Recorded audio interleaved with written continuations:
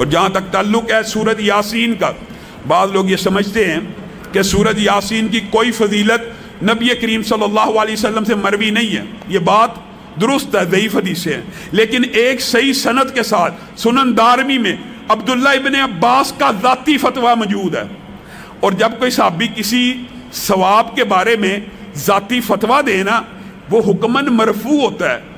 اس بات کا کیا مطلب ہے؟ اس بات کا مطلب ہوتا ہے صحابی اپنی طرف سے کسی صورت کی فضیلت اور منقبت بیان نہیں کرتا، اس نے لا محالہ یقینی طور پہ رسول اللہ سے سنی ہوتی ہے، بس وہ اس بات کو رسول اللہ سے منسوب نہیں کر رہا، وہ خود بیان کرنا شروع ہو گیا. اس کو جس بھی وجہ سے، اس نے کیا وجہ ہے کہ رسول اللہ کی طرف منسوب نہیں کی، یہ اللہ جانتا ہے. لیکن جب عبداللہ ابن عباس کہتے ہیں کہ سورۃ یاسین صبح پڑھنے والا شام تک اس کی برکات اور اللہ کی برکتوں میں گھر جاتا ہے، اور شام کو پڑھنے والا صبح تک اللہ کی برکتوں میں آ جاتا ہے، تو یہ حدیث، یہ روایت حکماً مرفوع ہو جاتی ہے.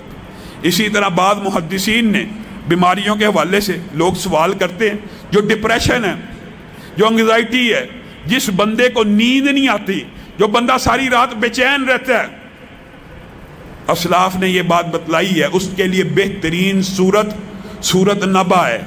اما یتساءلون، یہ سورت پڑھے، اس سورت کو پڑھنا شروع کرے، اگر نیند نہیں آ رہی، نیند آنا شروع ہو جائے گی. اللہ رب العزت نے اس کے اندر یہ تاثیر رکھی ہے.